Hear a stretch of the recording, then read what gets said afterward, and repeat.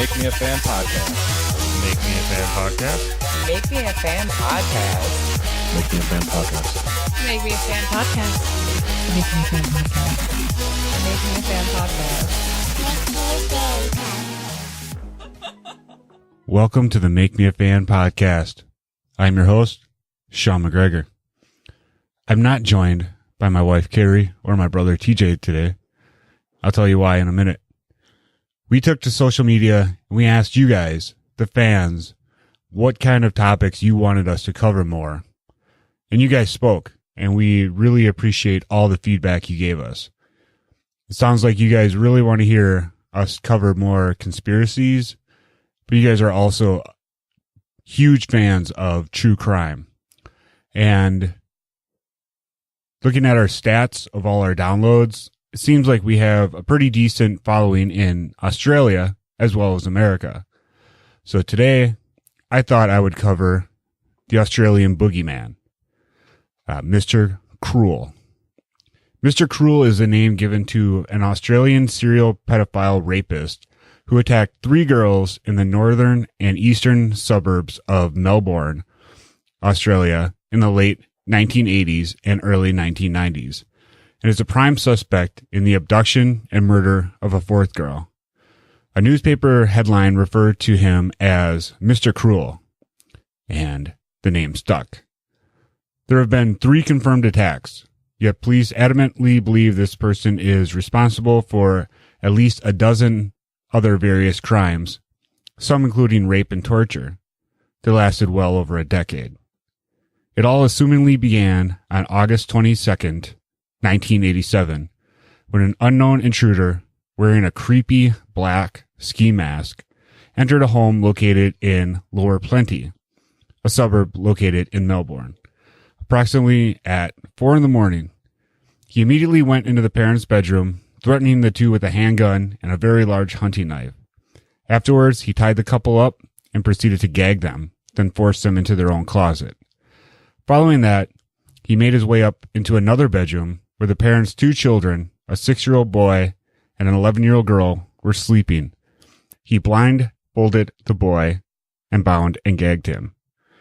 When the family was well taken care of, he moved on to the 11-year-old daughter, whom he raped and assaulted.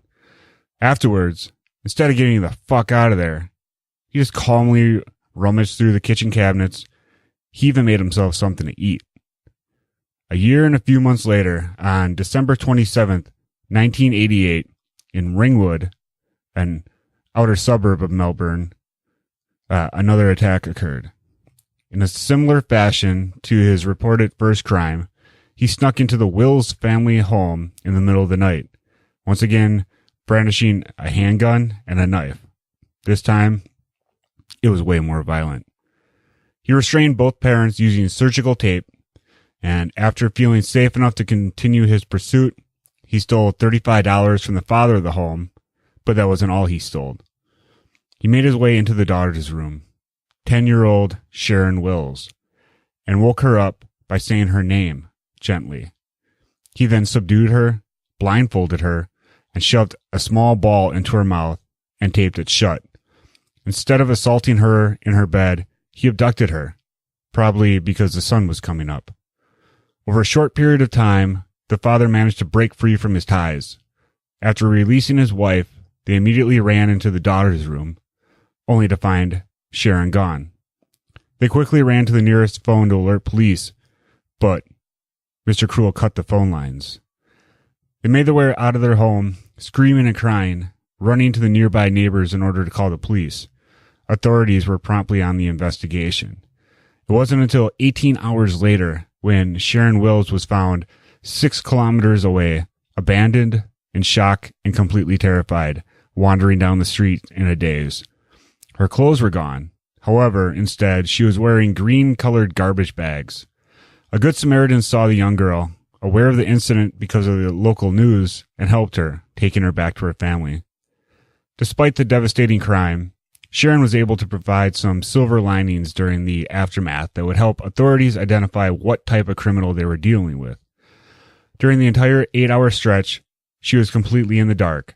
Her blindfold was never removed.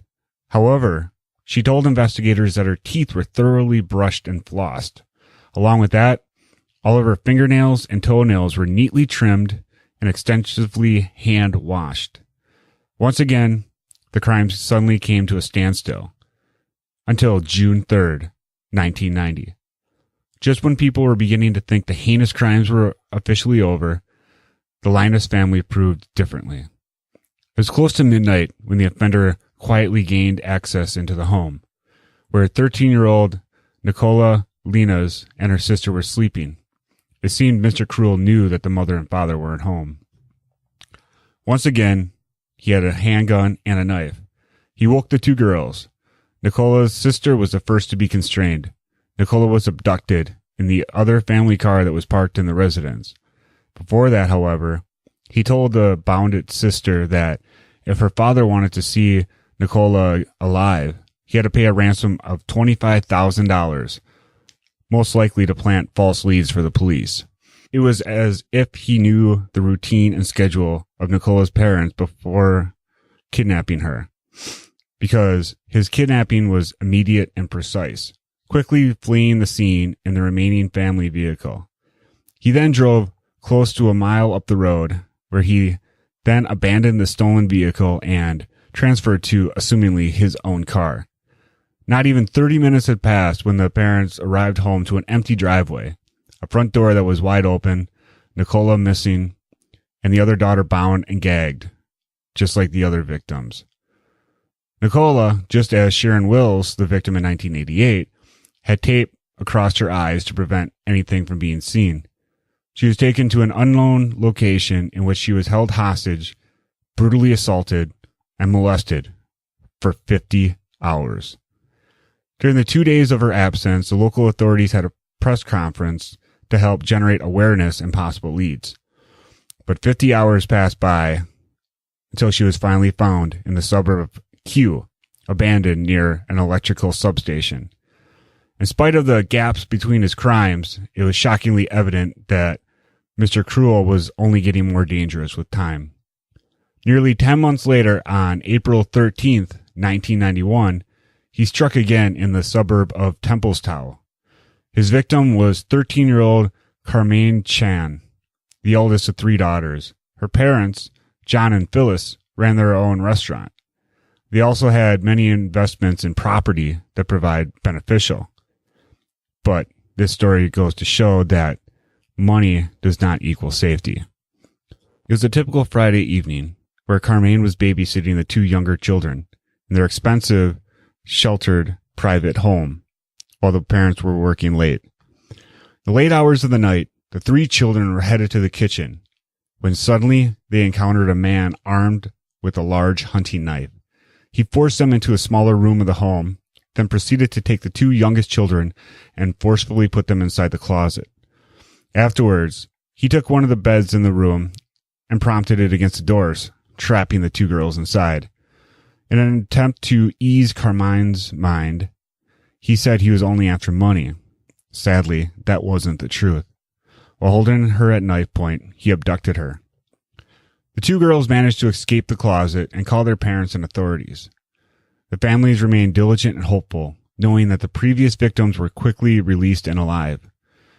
But as the hours passed, then days and weeks, soon months followed. It wasn't until April 9th, 1992, almost a year after her disappearance, when she was discovered by a man walking his dog. At the time, an initial identity couldn't be determined due to how decomposed she was. The only ruling that could be classified was that whomever the remains belonged to, they were murdered by 3 gunshots to the skull. Through careful examination by the coroner, they concluded that the deceased victim had been that of 13-year-old Carmen Chan. Her case continues to be unsolved to this day. Since April of 1991, there have been no apparent crimes committed that could conclusively be traced back to Mr. Cruel. He is believed to have videotaped or perhaps taken still photos of his attacks. Detectives believe that if he is still alive, he will have kept the tapes and photos and will still collect and possibly swap child pornography. They say he is almost certainly continues to collect pornography through the internet and may communicate with children using chat lines. Just remember that when you let your kids go online. 2 of his victims were able to provide police with details of the house where they were kept. Both were shackled to a bed with a rough neck brace. One told detectives she heard planes landing, leading police to believe the house was on one of the flight paths to Melbourne Airport.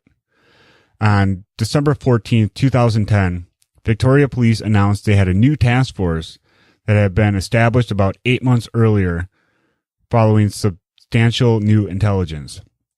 The new task force had been reviewing both the Spectrum Task Force investigation and some new leads that had come in the last year or so.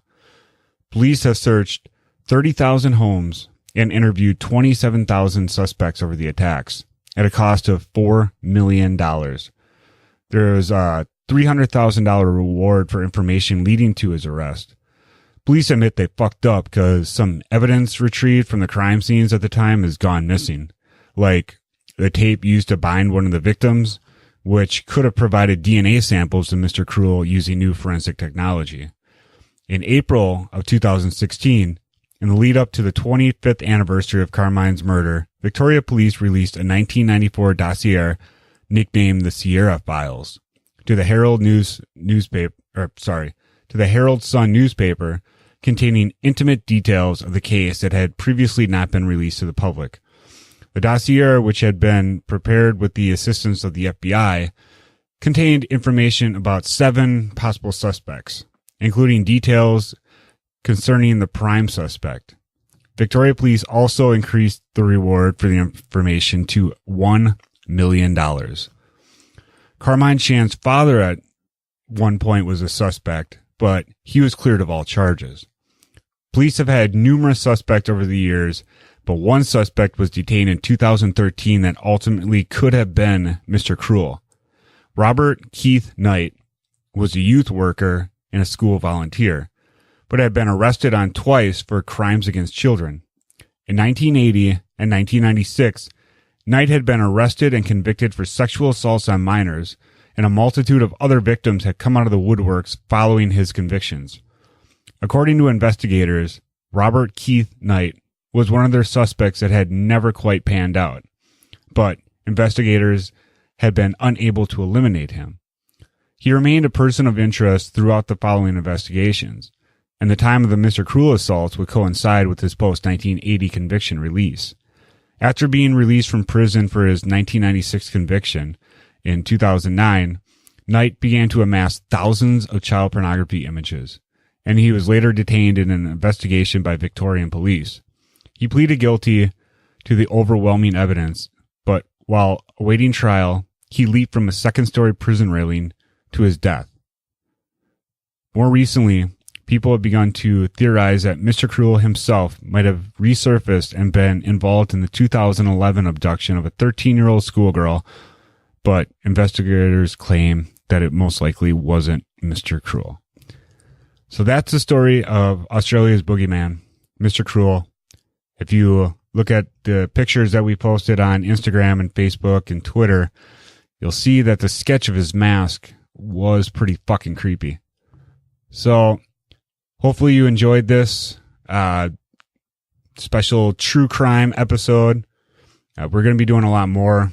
We got a lot more lined up. We do have some great guests coming up. But in the meantime, you guys should all check out our sponsors. Our first sponsor is Deerwood Photography. Go search them on Facebook. They're Deerwood Photography on Facebook.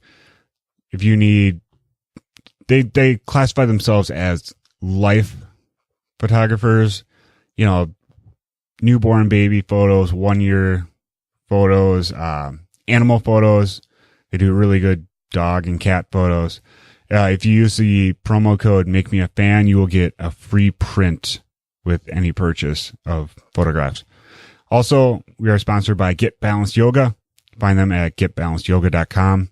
They're at 9733 West St. Martin's Road in Franklin, Wisconsin. If you need to relax, find your zen, or just stretch a little bit, go check them out. If you use the promo code MMAF, you will get 1% off any purchase there. So go check them out as well. Find us on Facebook and Instagram at Make Me a Fan Podcast. On Twitter, we are only Make Me a Fan. And you can go to our webpage, makemeafanpodcast.com. Thank you for listening. Make Me a Fan Podcast. Make Me a Fan Podcast. Make Me a Fan Podcast. Make Me a Fan Podcast. Make me a fan podcast. Make Me a Fan Podcast.